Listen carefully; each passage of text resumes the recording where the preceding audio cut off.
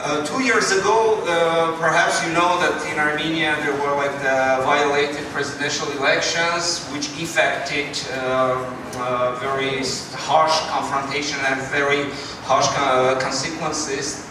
During the demonstrations, 10 people were killed.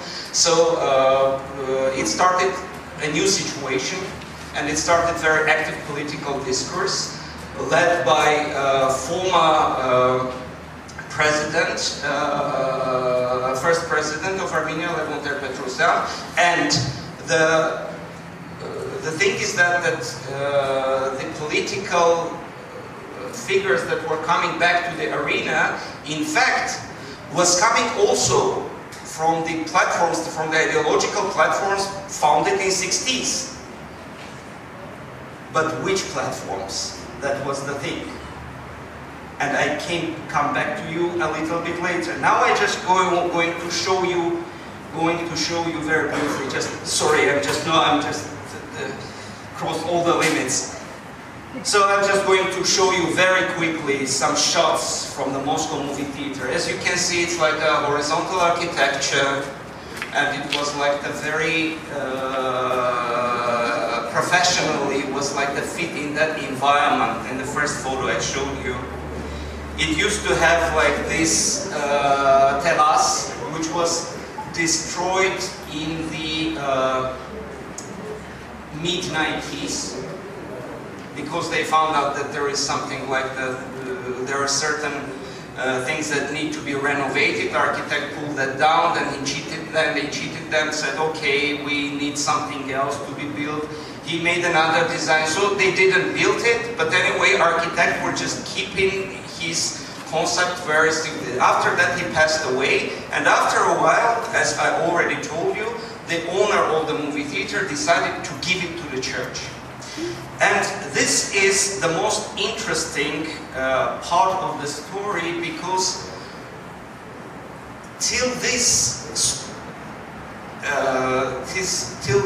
case, nobody was taking really seriously the different discourses which were going in different professional circles, like in the contemporary art circle, in the theoretical circles, in the architectural circles, but very narrow circles.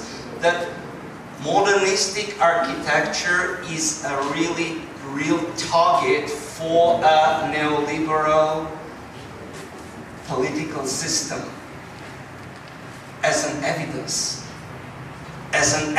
of another social order, of another approaches, another paradigms. And nobody was taking really seriously that it could be a real intention to destroy these buildings. But nobody could even think that things would be settled up in such a very interesting way that the church would be involved in it. And this time church really showed up in its fangs. You can't imagine what kind of like the confrontation developed in a very short terms of times, and how clergies, high position, medium position, low position, were just defending their rights to the property. They got it, now they have to destroy it. And what they were saying, what is it? It has nothing to do with the architecture. It's just a piece of concrete. It has nothing to do with our national identity. But surprisingly, it evoked a very big movement. And imagine, in 10 days of signature collecting campaign, it was collected 26,000 signatures. There developed a big discussion.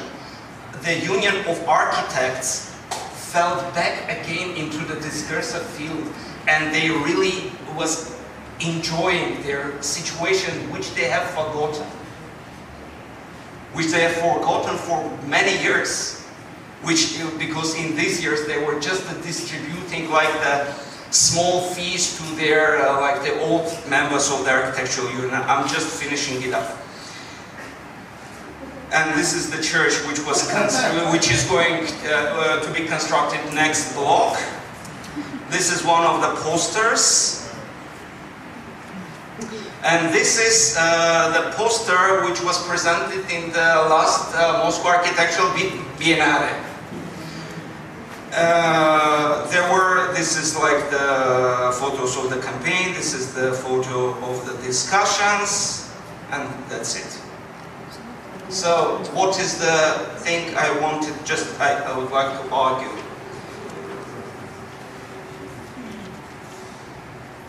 Modernistic architecture, in fact, is the brightest evidence of the social order and of the constructs that this society still bears in its memory. And it's kind of like a really paradoxical situation. For instance, like, and it was developing since 60s. Like, for instance, what is the meaning of public space? And what is its relation to the private one?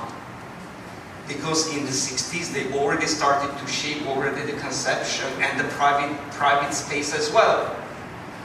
But the society still has in mind that the space should be public, while today there is nothing public.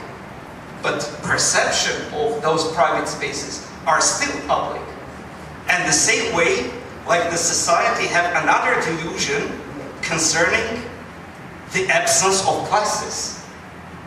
It's another interesting thing that there are no classes in today. And I just want to remind you this huge building that we saw the first day of our excursion of Ivanishvili. It's a good example of the classless society. But till today, if you ask people, they still think that we're living in a classless society. And they still live, actually. And still live. And still live. The paradox we have is like we have rich and we have poor who dream to become rich and make the things. Absolutely, absolutely. That's the truth. So I'm going to finish at this point. Thank you.